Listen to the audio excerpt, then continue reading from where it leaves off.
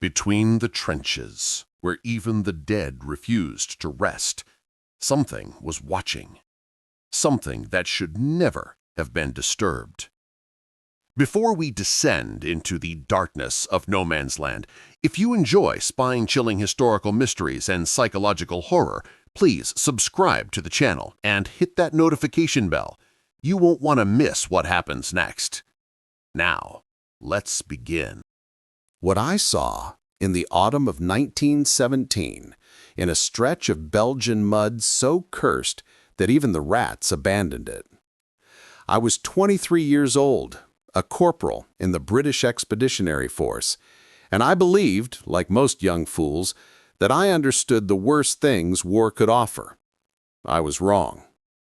Some nights, when the wind howls through the gaps in my cottage walls, I still hear them. The sounds from beneath the earth, the scraping, the whispers in a language that predates words.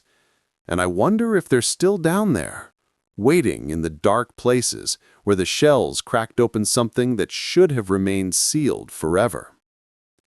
This is what happened. This is what we found. October 12th, 1917, the Ypres salient. The shelling had stopped 3 hours before dawn, leaving behind a silence so complete it felt like pressure against your eardrums. In the trenches, silence was worse than bombardment. Silence meant something was coming. It meant orders were being written, whistles prepared, prayers muttered into mud-stained hands.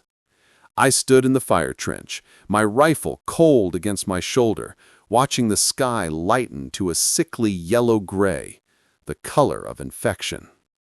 Corporal Davies stood beside me, his breathing shallow and quick. He'd been at the Somme. He knew what morning meant. "Movement," he whispered. I followed his gaze across no man's land, the space between our trench and the German lines, roughly 400 yards of crater-pocked earth, barbed wire, and the partially buried dead. Something was moving out there, low to the ground, weaving between shell holes. "Sniper?" I asked.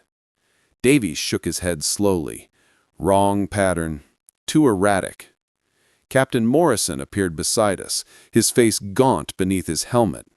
He'd aged a decade in the 6 months since we'd arrived. We all had. "Gentlemen," he said quietly, pulling out his binoculars, "report." "Movement in the wire, sir. Grid reference Baker 7. Morrison adjusted the focus, went very still. When he lowered the binoculars, his expression was strange. Not frightened, not exactly. More confused, disturbed. "Private Hendricks disappeared last night during his watch. Never returned from latrine duty." My stomach tightened. Men disappeared in the trenches. Shell shock sent them wandering. Some deserted. Some simply stepped on the wrong duckboard and drowned in the mud when no one was looking. But Morrison's tone suggested something else. "You think that's him out there, sir?" "I think," Morrison said carefully, "that we need to find out what that is before full light. Gather 5 men, volunteers only. We go over the top in 10 minutes. 10 minutes later, 6 of us crouched at the parapet. Myself, Davies, Morrison, and 3 others, Jenkins, a farm boy from Yorkshire, O'Malley, an Irishman who claimed his grandmother was a witch, and Peters, who never spoke but obeyed every order with mechanical precision. The sky was lightening fast now, that dangerous gray that made you visible but didn't give you enough light to see clearly. The worst time for movement. Morrison checked his revolver. "Stay low. No shooting unless absolutely necessary. German listening posts will hear it. We locate the movement, identify it, and return. Clear?" We nodded. "Over you go." I hauled myself up the ladder, the weight of my pack pulling at my shoulders. My boots found purchase on the sandbags, and then I was rolling over the top, pressing myself flat against the earth. The smell hit me immediately, that sweet, rotten stench that you never got used to. Death, baking in waterlogged soil. The others followed, We formed a loose line and began crawling forward, using shell craters for cover. The wire loomed ahead, twisted metal catching the gray light like frozen briars. That's when I heard it. A sound like singing, high-pitched, almost childlike, but wrong. The melody didn't follow any pattern I recognized. It rose and fell in intervals that made my teeth ache, notes that seemed to slide between proper pitches. Davies heard it too. I saw him freeze, his head tilted, listening. Morrison gestured forward. We crawled closer. The movement was coming from a particularly large crater, maybe 30 feet across, shell blast from something big, probably an 8-inch howitzer. The singing was coming from inside it. We reached the lip and looked down. Private Hendricks was at the bottom of the crater. At least, I think it was Hendricks. He was on his hands and knees, facing away from us, swaying slightly. His uniform was caked in mud, but there was something odd about the way he moved. Too fluid, too boneless. The singing was coming from him.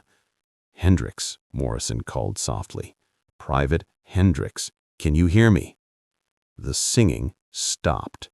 Slowly, too slowly, like a door on rusted hinges, Hendricks— The fissure spread rapidly, spiderwebbing across the carved symbols. Light poured out, that same sickly green, and with it came a sound. Not singing anymore. Something deeper. A vibration that you felt in your bones, in your teeth, in the soft tissue of your organs. "Run!" Morrison screamed. We dropped him. God help us, we dropped him, and scrambled up the crater wall. Behind us, I heard Morrison screaming, heard Hendricks still singing, heard that terrible grinding sound of stone moving against stone. I reached the lip and looked back. The crater floor had collapsed inward, revealing a space beneath, a chamber. In the green light, I could see walls, smooth and carved, descending into darkness. And I could see things moving down there. Shapes. Figures that were almost human but distorted, elongated, limbs bent at wrong angles. Morrison was being dragged down. Hendricks had him by both legs now, pulling him toward the opening. The captain was firing his revolver blindly, shots ricocheting off the stone. Then something reached up from below. An arm, if you could call it that. It was gray, mottled like stone or diseased flesh, covered in the same symbols that marked the floor. The fingers were too long, tipped with what looked like bone. It grabbed Morrison around the chest, and I saw his ribs cave inward like paper. His screaming stopped. We ran. We didn't stop running until we reached our trench. Men grabbed us as we tumbled over the parapet, shouting questions we couldn't answer.